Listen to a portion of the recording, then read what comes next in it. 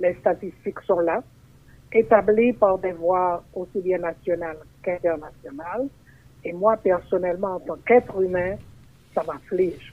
Quand j'apprends qu'une femme est tuée, violée, un jeune homme, un étudiant est assassiné, etc., etc., ceci me touche d'abord en tant qu'être humain.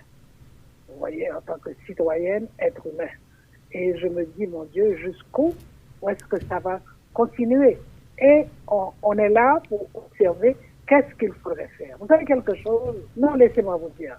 Si j'avais le pouvoir de décision, je proclamerais d'abord l'état d'urgence dans le pays. Car nous sommes dans une situation d'urgence.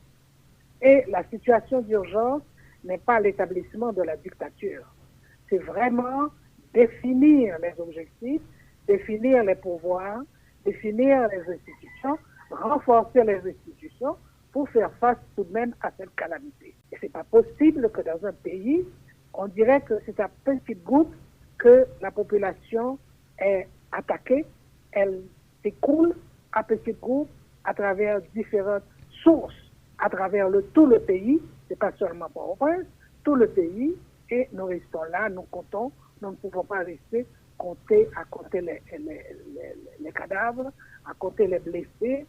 Il y a des hôpitaux qui se ferment, les écoles qui se ferment, c'est dramatique. Nous sommes en train de préparer une conférence générale sur la sécurité, c'est le Haut Conseil qui va le préparer, mais nous ne pouvons pas, nous ne voulons pas préparer cet événement seul.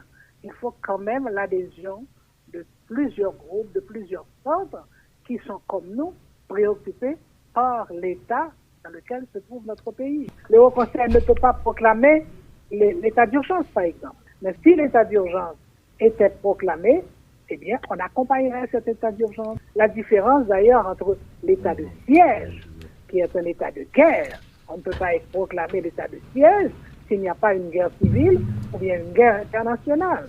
Mais l'état d'urgence, c'est autre chose. C'est à un niveau quand même plus abordable, plus compréhensible. Nous sommes dans une urgence qui a un nom, l'insécurité. Bon, maintenant, qu'est-ce qu'il faut faire? Résoudre ce problème de sécurité. Les gens ont peur de sortir, peur d'aller à l'école, d'envoyer leurs enfants à l'école, d'aller faire le marché.